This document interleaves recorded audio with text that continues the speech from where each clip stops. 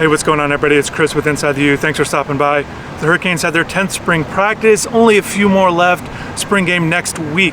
But today's practice, able to watch 4 periods in shoulder pads, and also they were in shorts, but good to be out here. Unfortunately, no video, but I was able to get some photos, and I want to start right with wide receiver CJ Daniels, a transfer from LSU. Today was his first practice. Good seeing him go through some drills.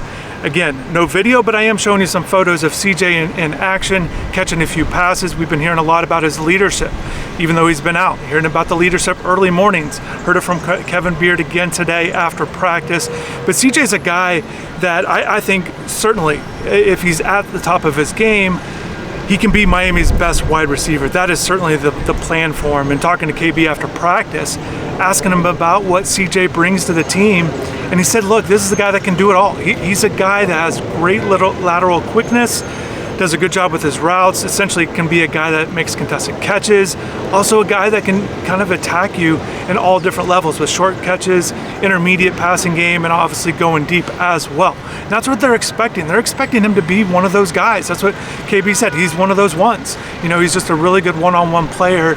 In particular, another thing with Kevin Beard is he wanted CJ Daniels to watch those highlights that he posted on his TikTok account from his highlights at Liberty and LSU. You know, all the plays that he made, those one-on-ones that he was able to make, remind himself, essentially Beard wanted him to remind him, you know, this is the player that you are. When you're on top of your game, when you're healthy, this is who you can be, this is who you are. So just one of those things that a coach does into trying to get the most out of the players. But again, good seeing CJ out here, and the way I see it right now, I think CJ Daniels, JoJo Trader, and Ray Joseph are the top 3 wide receivers on the team. I think that's what they're going to go with, unless there's a new addition. But the guys on the team, as I see it right now, I just think those are your best 3 wide receivers, with Ray in the slot, JoJo and CJ on the outsides. And just a few notes from one-on-ones. Emory Williams connected on 3 deep touchdown passes that I saw. So that, you know, Josh Moore catches one over Emmanuel Carnley, so that was good to see. Again, going deep into the end zone. They're putting the ball at the 32, and then Emory again doing a great job. Ray Joseph beat Chris Ewald kind of over the middle, and then JoJo Trader on the sideline. Essentially just a quick move, beating Charles Brantley for a deep touchdown. All great to see. Great to see Emory throw the ball in the air like that and make those good plays. And then Elijah Lofton, you know, it looked like a drop to me over the middle, short pass, but also, you know, there was a good guy in coverage there, and Dylan Day was right there as well. But overall, really impressive what I saw from Emory in those one-on-ones, just briefly before we had to leave. And just kind of sticking with the passing game a little bit, Carson Beck, you know, you see it right here. Again, can't get video, but a photo of him wearing a black arm sleeve. It's the first time I've seen him do that. So good to see him, again, continuing to be out here. Looking forward to hearing how his progress goes in the summer after spring ball with his connection with the receivers, who are doing their best right now to kind of watch Carson on film and find out exactly what kind of quarterback he is, what to expect with him. But I think, again, all of that is going to be big, or much bigger in the summer. I think that goes without saying, but it's going to be very interesting to hear how things go in the summer with Carson, getting to know the guys, kind of speed up that process as much as possible, especially with the opener against Notre Dame. They're going to need that passing game. They're going to need Carson really connecting with the wide receivers as quickly as possible. And just a few other quick notes I want to make mention of. You know, just good to see Zaquan Patterson out here for the first time at practice in a limited capacity, but hopefully he can have a good 2 weeks here, kind of finish up strong. And then also, if you've been watching the videos, tight end Brock Schott and linebacker Raul Aguirre, both these guys are going to wear number 10 this season, but if you've watched the videos, they've been having blank practice jerseys, but you see them in the 10 out here today for the first time. So good to see that. And defensively, you know, defensive backs coach Zach Etheridge continues to say Xavier Lucas is his best cornerback, the most consistent cornerback that they have out here. And I asked him about him, you know, because they talk about his size, speed combination, and Coach Etheridge does believe that Xavier is one of those guys that can, you know, guard the bigger receivers or the smaller guys. He can kind of do both. He has some good versatility.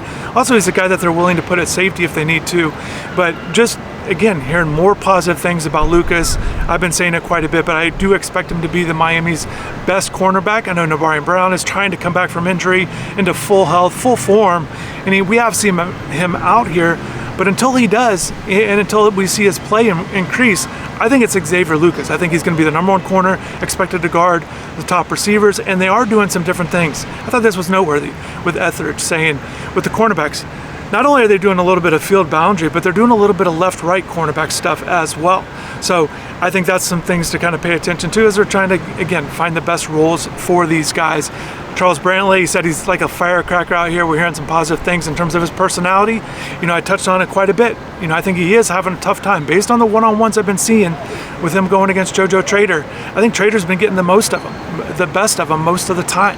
So we'll see how he does as a player there as he continues to progress on the field, but they like his personality, and Coach Etheridge said he's one of these guys that just loves football, and you always like guys like that. Now, got to see a little bit of offensive line against the defensive line once again. I always enjoy watching this, and unfortunately, again, not able to show you guys the videos, but one of the things that I've touched on before, and it happened again today, it's continuing to happen, and that's out of freshman Hayden Lowe, the defensive end, the top-ranked recruit in this class. He just continues to impress. He did it again today. He's always getting through the line. Doesn't matter who he's going against. He's just doing a really good job of using his athletic ability, his size, his strength, just as this combination at the defensive end spot. And to me, I think he's been one of the best defensive ends. I think earlier I said, I definitely see him having a role, and that still holds true. But I think it could be even more elevated than what I said earlier. I think he's a guy that, when you look at it, it would not surprise me at all if he's in the 2 deep. If he's one of these one of the backup defensive ends behind Akeem Mesidor and Reuben Bain. And then also I think Armando Blunt's ready to take that next step. And then the way I see it, I think Hayden Lowe is right there with the rest of them, or above them. He's, what I've seen out here, he's outperformed the other guys that are either returning or the other guys at defensive end. I just think Hayden's playing at a really high level from what I've seen. So that, I think, is very encouraging, because again, you see it a few times, you're like, okay, it's good flashes, and again, we're not out here all the time. But from what I've seen, he's done a great job. And as far as kind of how I see the rest of the defensive line shaking out, I think it's going to be Justin Scott and also David Blay. Now, I think those defensive tackles, I think those are the two to really look for. But I know they like what they have in Ahmad Moten. I think he's going to be a rotation guy. So, and then we'll see Josh Horton when he's able to be out on the field and be able to be at full strength. We'll see what kind of player he's going to be. But right now, again, I think it's going to be Scott and Blay mixing in with Mesidor and also with Bain. I think those are your top 4 defensive line, the way I see it.